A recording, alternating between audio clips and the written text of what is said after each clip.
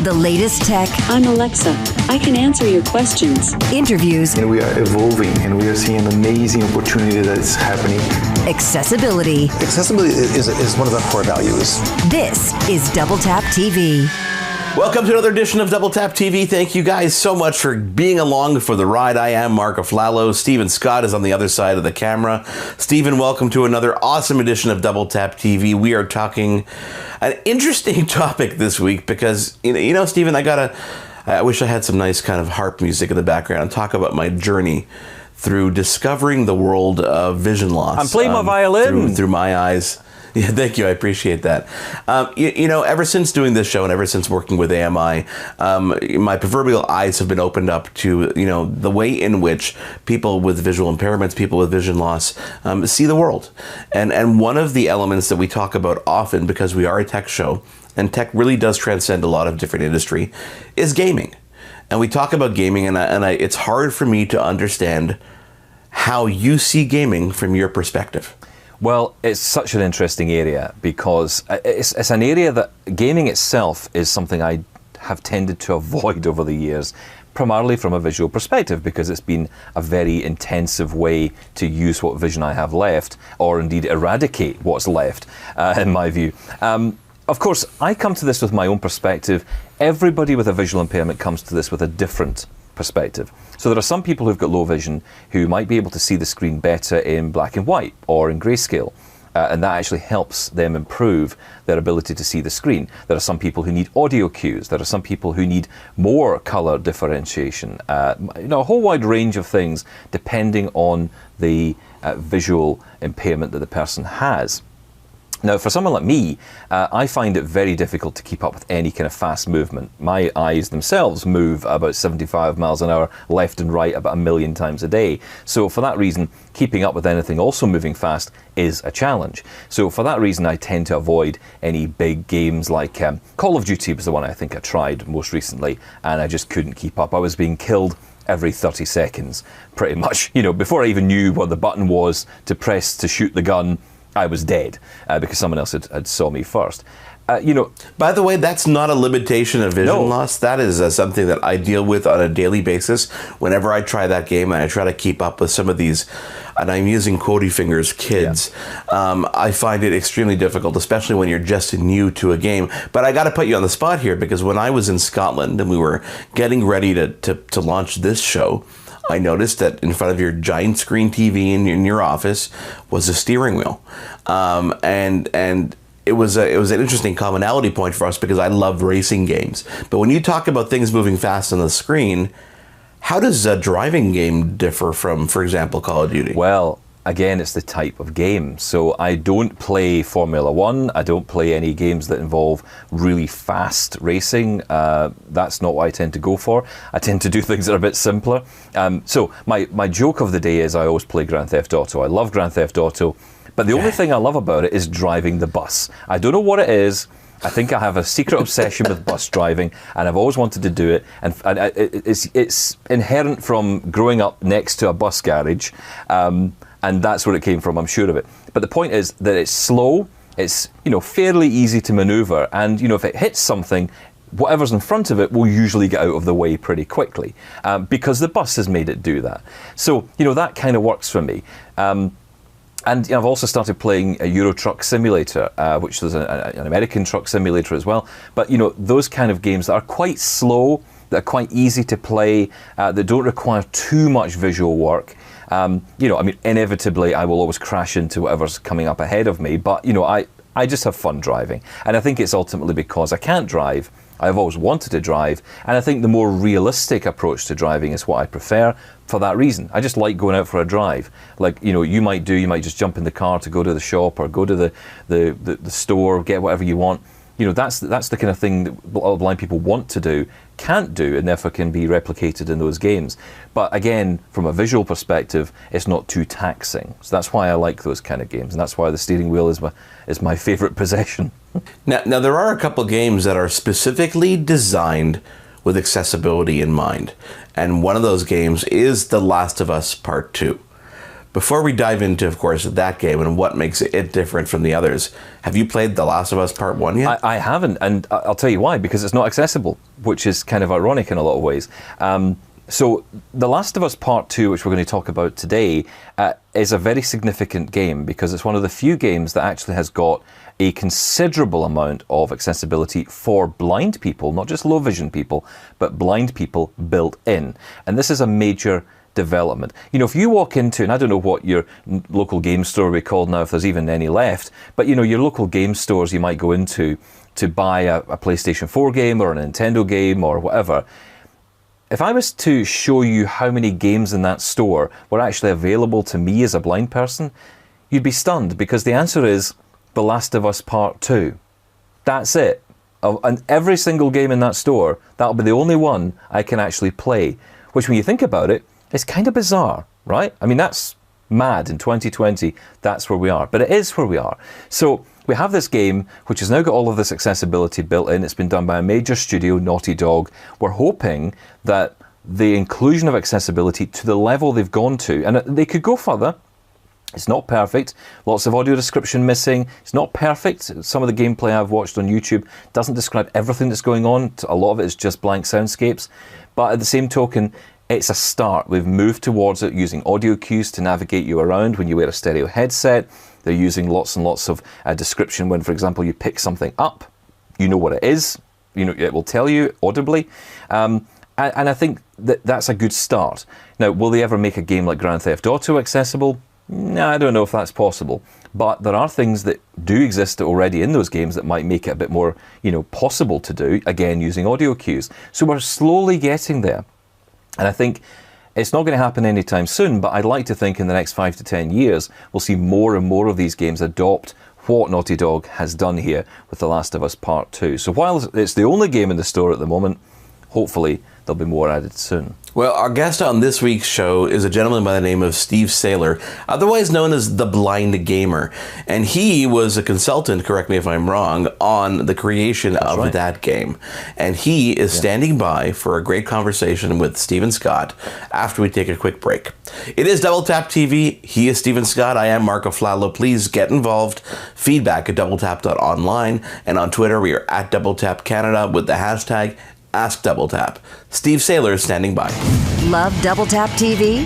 Listen to AMI Audio for Double Tap Canada every Thursday at 8 p.m. Eastern for news and reviews on everything tech.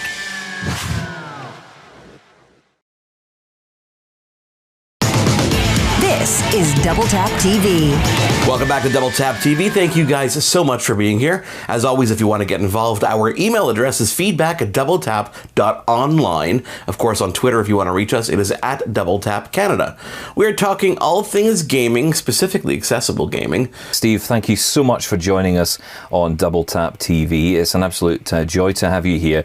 And of course, one of the reasons we want to talk to you is because of The Last of Us Part 2, the video game that everybody's talking about, and even blind people can talk about now, because it is fully accessible. First off, perhaps maybe tell us a bit about your involvement with Naughty Dog, the company behind this game, and how you got to be involved with them. So Naughty Dog was very good about reaching out to consultants within the industry to help create some of the amazing settings that they were able to add in for accessibility. And how they approached me was I was speaking at a sort of a tech conference, but for game accessibility, and I was on a panel of a few blind gamers, and I didn't realize at the time that actually there was some Naughty Dog developers in the audience, and during the break they came up and talked to me, and they said, we would love for you to be able to be involved and come help us. And of course, when someone mentions that they're from Naughty Dog and they want you to help with a project they're working on, you kind of start to you figure out exactly what it is that they're working on. Naughty Dog is I mean, they're secretive, but it's like, you know, they're working on The Last of Us too. So I was very happy to be able to be brought on board and help sort of kind of craft some of the amazing accessibility settings that they were working on. What was your sense of why they decided to do this now? What was it that made them think that they needed to start implementing accessibility? I think it was sort of a slow process. They actually were sort of kind of pioneering a little bit in regards to accessibility, even as far as back as their previous title, Uncharted 4. There was a few people that were on the team that one was approached by someone within the community and said, hey, I would love to be able to play the Uncharted series, but I can't because of lack of accessibility. So they really kind of started implementing it back then, and they started small. They didn't have a lot of accessibility settings, but they kind of added a few different things that hadn't been done in the industry, where the main thing was that they added an accessibility menu at the option at the beginning of the game before the game even started. And that was something that was amazing to see. And they even had some settings and some features in there that weren't necessarily accessibility minded when they created it, but became kind of part of some of the settings in The Last of Us 2. So they really kind of started to implement that in Uncharted 4, but then when they started working on Last of Us 2, it really, they were like, okay, let's start from the very beginning. Let's see what we can be able to do by adding as many settings as we can, and let's do this right. And it definitely was obviously a struggle for a couple of years, because development changes all the time, and there's so many different variables that can go into it. But there was a lot of people there, a lot of producers that were like, no, we need to stick with this. We're passionate about this. We want to make this done right. And it shows. There are over 60 plus accessibility options in this game alone. And that's huge in the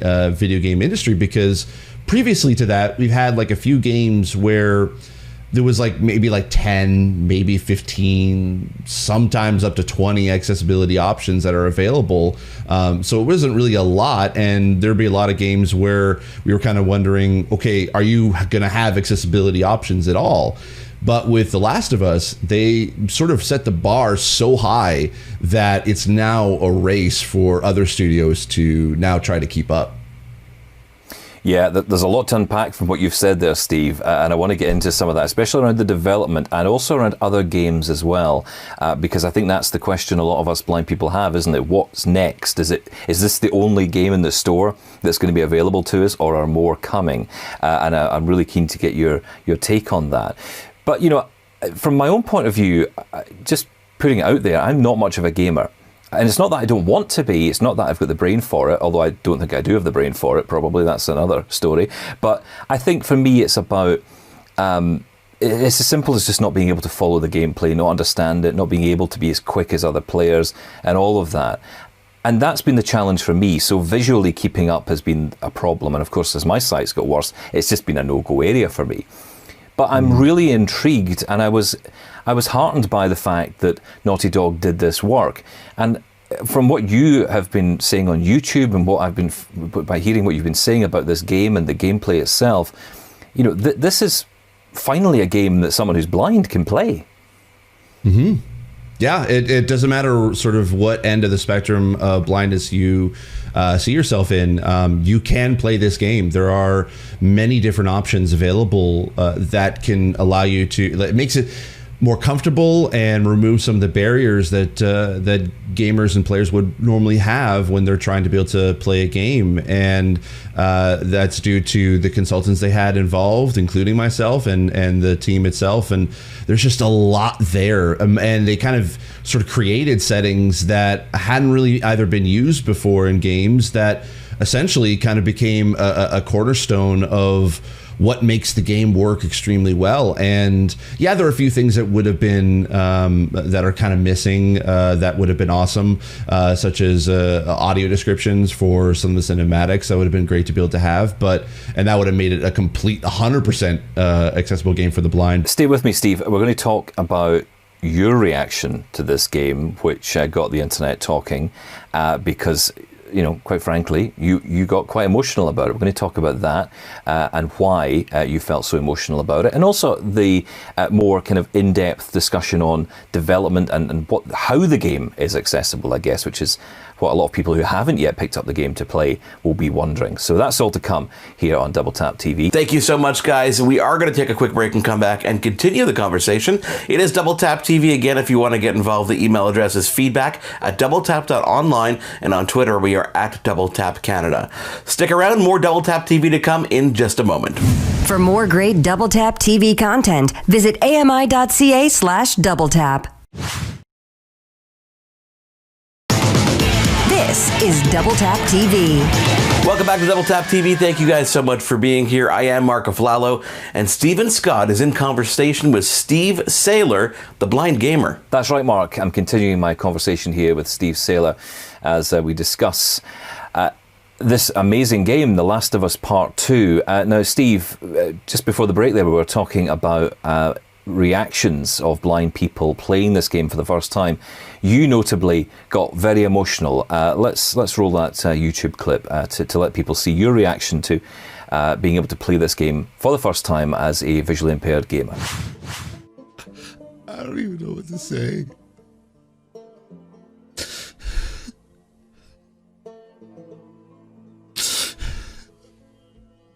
There's so much here. This is what we've been, with myself and other people in the accessibility community, this is what we've been advocating for so long. There's so much here. This is why I do what I do. Steve, you got very emotional there, and it is understand. I get it. As somebody who's blind, I get it. And a lot of people might wonder, why would you get so upset over a game? But the truth is, it is an emotional thing. I mean, what led you to that emotion?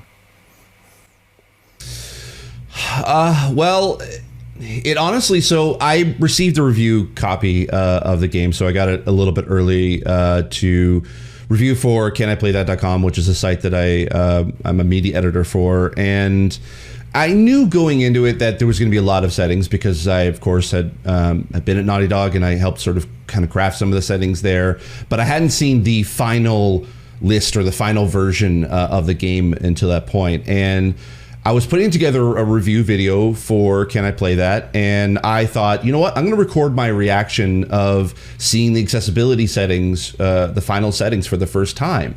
And I thought it was going to be kind of a sort of a hype moment, a celebratory moment where I'm just like, this is so cool seeing all these settings here. This is awesome. And that was how I was going to sort of promote and put into the video itself. And it was turning the game on, and I started recording, and part of the beginning of the game is that before you even jump in, you have the option to be able to turn on 3 presets, and these presets essentially enable a bunch of different suite of options for specific disabilities. So they have a preset for blind players, for deaf and hard of hearing players, and for motor disability players.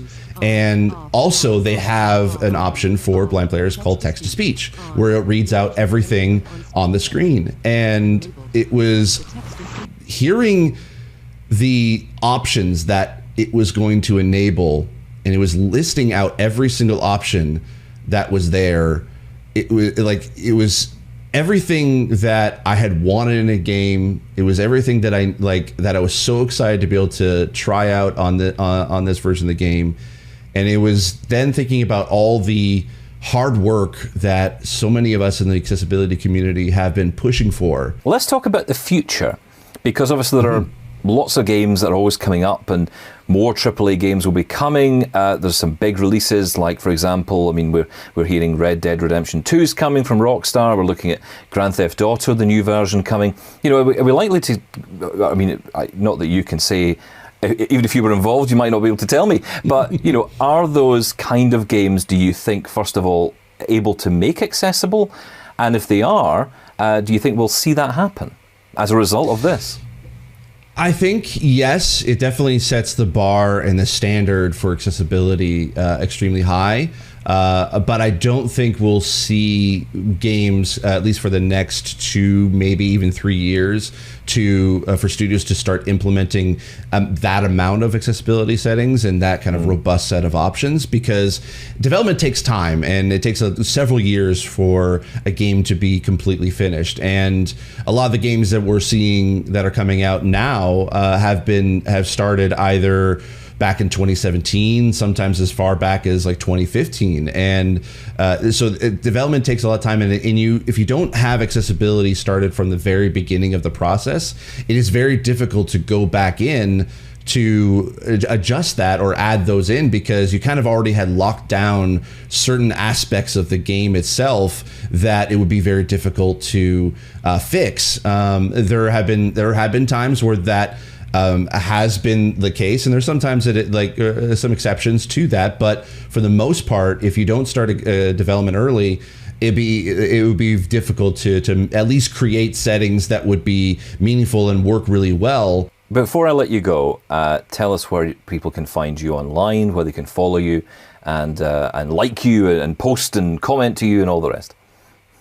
You can be able to find me on Twitter at Steve Saylor, and on YouTube, youtube.com/snowball. And you can also find me on caniplaythat.com, where we post a lot of videos and reviews about video games from an accessibility standpoint. Guys, thank you so much for being here this week. Thank you guys at home for being here this week as well. If you want to get involved, it is feedback at doubletap.online. And on Twitter, we are at doubletapcanada. Special thanks to Steve Saylor, the Blind Gamer. And of course, on behalf of Steven Scott, I am Marc AFLALO. Thank you guys for being here. We will catch you again on another episode of Double Tap TV. For more great Double Tap TV content, visit ami.ca/doubletap. Hosted by Marc AFLALO and Steven Scott. Editing, Will Attar. Production assistants, Wendy Kaufman. Integrated Described Video Specialist, Ron Rickford. Coordinating Producer, Jennifer Johnson. Director Production, CARA Nye. Director Programming, Brian Perdue. VP Content Development and Programming, John Melville. President and CEO, David Arrington. Copyright 2020, Accessible Media, Inc.